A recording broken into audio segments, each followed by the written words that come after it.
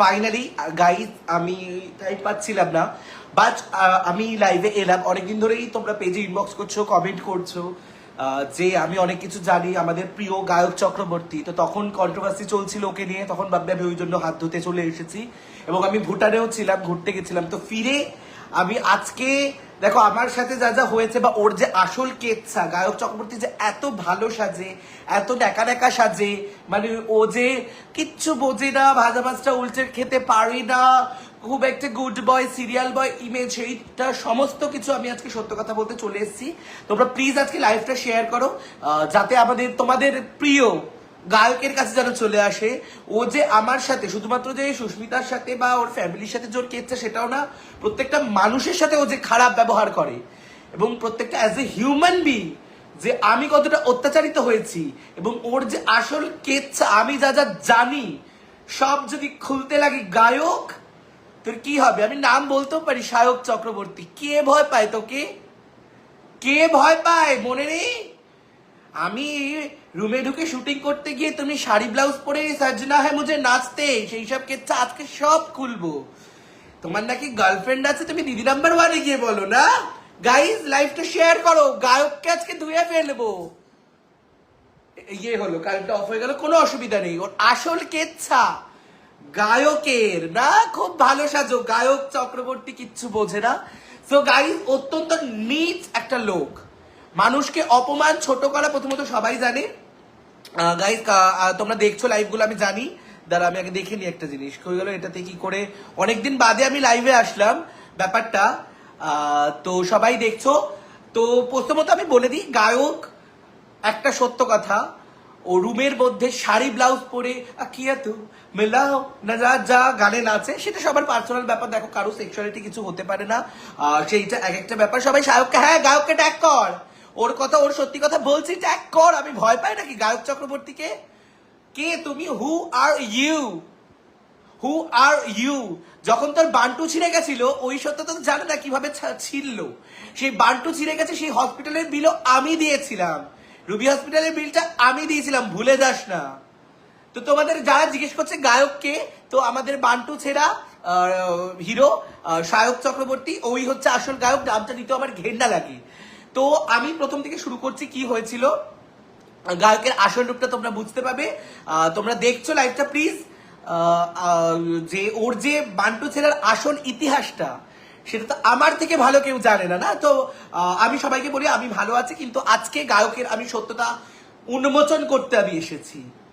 হ্যাঁ, বর্ধমান আসলে এসএমএস করবে স্যান্ডি, ঠিক আছে।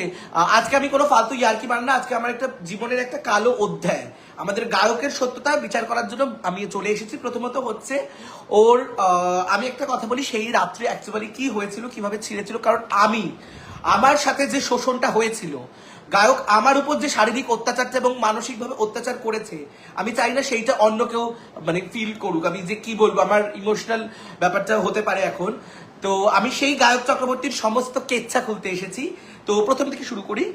তো নর্মালি 2022 সালের কথা, তখন আমি বলতে পারিনি, কারণ হয়তো রাগের কারণটা বলছি। আমাকে ও শুটিংয়ে ডেকেছিল, আমরা ইউটিউবে একটা কন্টেন্ট করবো ভেবেছিলাম, ঠিক আছে। তো সেই মতো আমি প্রথম থেকেই বলি, তো তখন ওর বাড়িতে আরো অনেক ক্রিয়েটার্সরা ছিল, বাট আমি যখন রুমে ঢুকেছিলাম তখন কেউ ছিল না, ও তখনও অন্য ঘরে ছিল, ও একা ছিল। আমি রুম ঘুরেই দেখি আমার চোখ চড়ক গাছ, কারণ ও আমাকে সবসময় বলতো ও ট্রেন, ও বাই, এইসব কথাবার্তা বলতো। আমি রুম খুলেই দেখি ও মহিলাদের অন্তর্বাস পরে শাড়ি পরে একা একা নাচছে, আখিয়া তু মিলাও না রাজা কাহিন, এই মিস্টার লোভা লোভা তেরি আঁখো কা জাদু, এইসব করছে, ঠিক আছে। তো দেখো সেটা সবার পার্সোনাল চয়েস, কে কি করবে, কে কিভাবে নাচবে। ও যে ভেতর থেকে একটা মেয়ে, সেটা তো আমরা সবাই জানি, আমিও জানতাম। এইবার সেটা আমি দেখলাম যে ও ভেতরে এইভাবে নাচে। ওর যে গুকান্তর সাথে প্রেম, সেই সব কেচ্ছা খুলবো আজকে, ডোন্ট ওয়ারি। গুকান্ত আর শারীরিক সম্পর্কের মধ্যে গুণন্নাকে যে কিভাবে ফাঁসানো হলো, হ্যাঁ সেইগুলো কি হলো, কোনো এখন কি মজা না।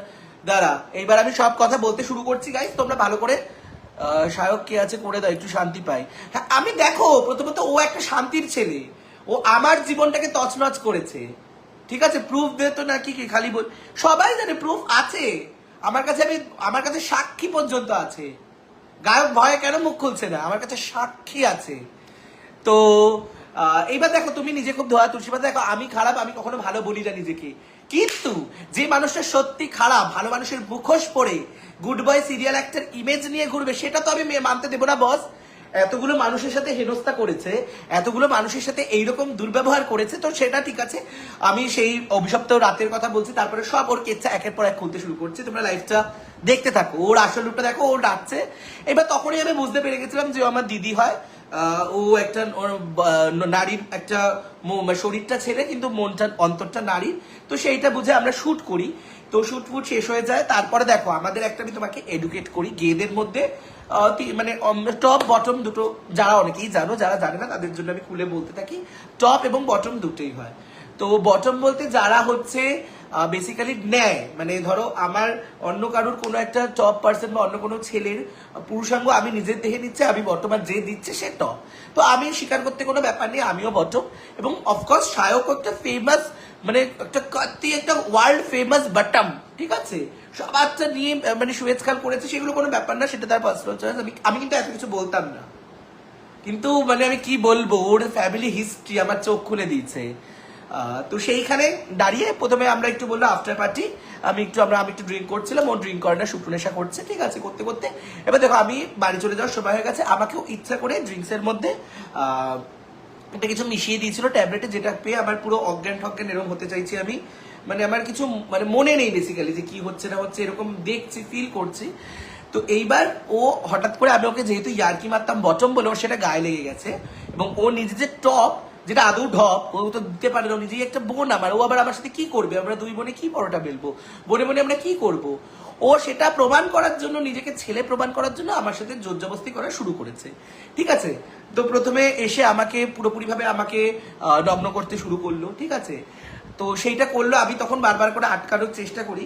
বা এবার দেখো আমাদের অনেক পুরনো বন্ধু, আমি প্রথমে একটু হালকা মজা যেরকম বন্ধুদের মধ্যে হয় সেই রকম মজা হিসেবে নিতে শুরু করেছি, কিন্তু আস্তে আস্তে আমার সেই মজাটা আর মজা থাকলো না, সেটা অত্যাচারে পরিণত হয়ে গেল। তো যে অত্যাচার করতে আমাকে বিভিন্ন রকম ভাবে মানে কি বলবো, চুমু খেতে শুরু করলো, জাস্ট শুধুমাত্র এইটা প্রমাণ করার জন্য যে ও বটম নয়, ও নেয় না, ও একটা ছেলে, ও একটা টপ, সেইটা প্রমাণ করার জন্য আমাকে অত্যাচার করতেও শুরু করলো, সারা গায়ে চুমু চুমু খেতে শুরু করলো, এবং বিভিন্ন রকম ভাবে তারপরে আমার প্রাইভেট পার্টি হঠাৎ করে টাচ করতে শুরু করলো, এবং আমি এতটাই আমাকে নেশা করিয়ে দিয়েছিল যে আমি কোনো উত্তর দিতে পারছি না, ঠিক আছে। ছেলেদের জোর করে রেকর্ডিং পোস্ট করো উইদাউট কন্টেন্ট, আমাকে আবার কে, দেখো আমি কোনো ছেলেদের জামা খোলাই, সেটা অফকোর্স আমি জোর করে খোলাই না, সে খুলতে চাইলেই খোলাই, আমি লাইভে এসে বা যেখানেই করি। তো সেইখানে দাঁড়িয়ে আমার সেটার সাথে তুলনা করো না। তো সেইখানে দাঁড়িয়ে ও বোন হিসেবে, আমার বদ্দি হিসাবে আমাকে সেইভাবে প্রাইভেট পার্টে টাচ করা শুরু করলো। তো এইটা বলতে গিয়ে আমি একটু ইমোশনাল হয়ে যেতে পারি, কারণ সেই ট্রমাটিক, দেখো সবাই ভাবে আমি ইয়ার্কি মারছি, কিন্তু এখন তো প্রমাণ দিচ্ছে সবাই, এখন তো সবাই ওর কথা, ওর সত্য কথা, ওর নিজের বৌদি সুস্মিতা, যে একটা দেবীর মতো আমার কাছে, সে একটা দেবী স্বরূপ, সেই সুস্মিতার ফ্যামিলি হিস্ট্রি দেখো, আমি সব্যসাচী দা বা ওর ব্যাপারে কিছু জানি না, আমি বলতে মন্তব্য করবো না, কিন্তু সুস্মিতা দেবী, উনি তো দেবীর স্বরূপ, এত অত্যাচার সহ্য করেও সে ওই মানে নরপিশাচটার বাড়িতে, গায়ক চক্রবর্তী পৈশাচিক অত্যাচার, শায়ককে কে বটম সেটা সবাই জানে, ও গ্রাইন্ডার করে ছেলেদের, হ্যাঁ অফকোর্স এটা যে ও সবাই জানে।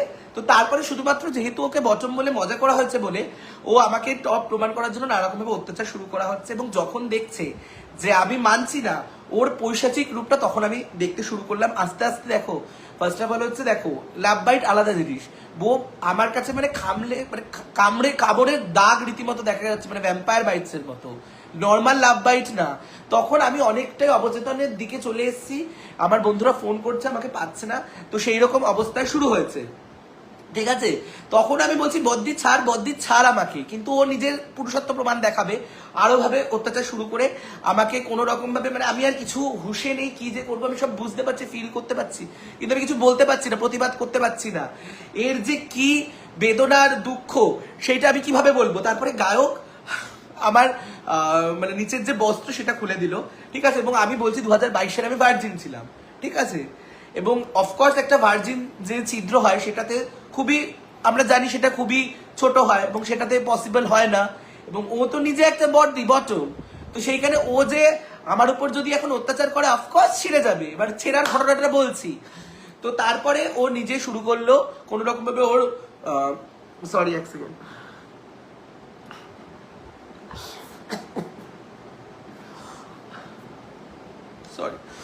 সরি গাইজ, তোমরা যদি ভাবো, আমি এটা সিরিয়াসলি বলতে কি আমার খারাপ লাগছে, অনেকেই ভাববে কমেন্ট করবে যে আমি মানে নাটক করছি এই করছি, বাট এই ঘটনা সত্যি সবাই জানে, আমার বন্ধুরা সাক্ষী দেবে যারা যারা ওখানে প্রেজেন্ট ছিল। তো তারপরে ও ওখান থেকে জোর করে আমার পশ্চাৎ দেশে ও শুরু করলো অত্যাচার করা, এবং তখন আমি আর নিতে পারছিলাম না।